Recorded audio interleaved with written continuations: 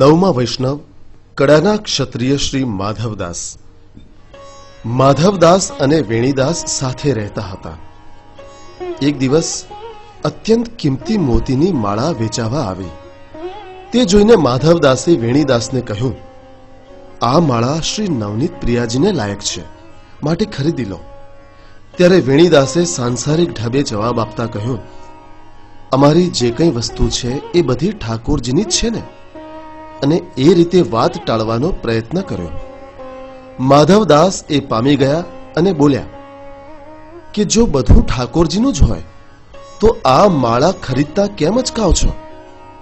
ત્યારે વેણીદાસને મનમાં હતું તે બોલવું પડ્યું કે અમે તો ગૃહસ્થ છીએ અને ઘણી બધી જવાબદારીઓ નિભાવવાની હોય છે.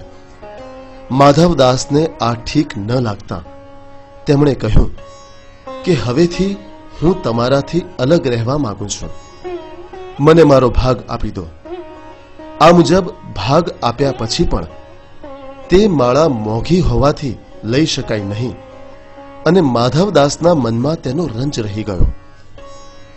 નવનીત પ્રિયાજીને માળા અંગીકાર કરવાનો અલૌકિક ભાવ સિદ્ધ કરવા પોતાને જે કંઈ દ્રવ્ય ભાગમાં મળ્યું હતું તે લઈ દક્ષિણ તરફ કમાવા ગયા. પછી તેઓ ખૂબ ધન કમાયા અને પેલી માળા કરતા પણ ખૂબ જ ઉત્તમ માળા લઈને પાછા ઘરે આવવા નીકળ્યા. માર્ગમાં એક મોટી નદી આવી. બીજા અનેક લોકોની સાથે તે પણ હોડીમાં નદી પાર કરવા માટે બેઠા. હોડી જ્યારે મધ્યધારમાં આવી હશે ત્યારે શ્રી નવનીત પ્રિયાજી હાથમાં લાલ છડી લઈને આવ્યા, જેના દર્શન માત્ર માધવદાસને જ થયા. નવનીત પ્રિયાજી બોલ્યા, તારી આ નાવ ડૂબાડી દઉં. તું ક્યાં ગયો હતો આટલો બધો સમય? માધવદાસે જવાબ આપ્યો, હું આપના માટે માળા લેવા ગયો હતો. ત્યારે નવનીત પ્રિયાજીએ કહ્યું, શું અમારી પાસે માળા નથી?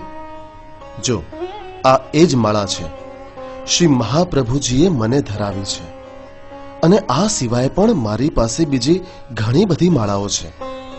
ત્યારે માધવદાસે દીનતાપૂર્વક કહ્યું, મહારાજ, આપની પાસે ઘણી બધી છે એ વાત સાચી, પરંતુ સેવકનો એ ધર્મ નથી કે બેસી રહે.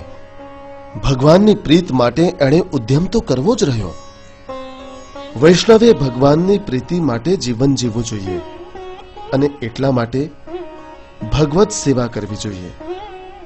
આ સેવાનો ધર્મ સમજાવતા શ્રી મહાપ્રભુજી સિદ્ધાંત મુક્તાવલીમાં કહે છે કે ચિત્તનું ભગવાનમાં પરોવાઈ જવું તે સેવા છે અને આ માનસી સેવાની સિદ્ધિ શરીરથી થતી તનુજા સેવા અને દ્રવ્યથી થતી વિત્તજા સેવા થકી થાય છે.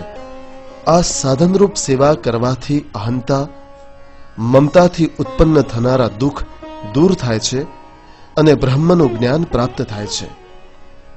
સેવકના આ દીન ભાવથી નવનીત પ્રિયાજી પ્રસન્ન થયા અને હોડી ડૂબતા બચી ગઈ. આવા વૈષ્ણવને આપણા કોટી કોટી વંદન.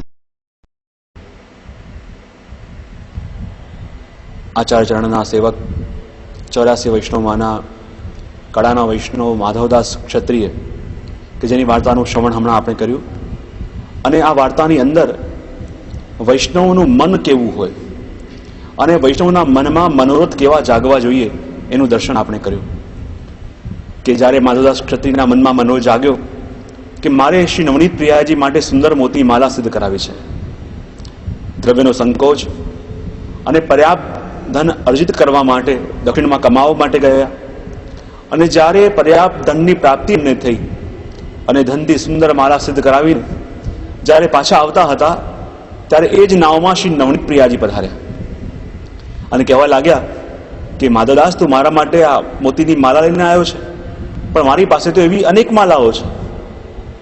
જ્યારે મારી પાસે અનેક આવી સુંદર સુંદર માલાઓ છે તો પછી તારા મનમાં આ મને માલા ધરાવવાનો વિચાર કેમ આવ્યો?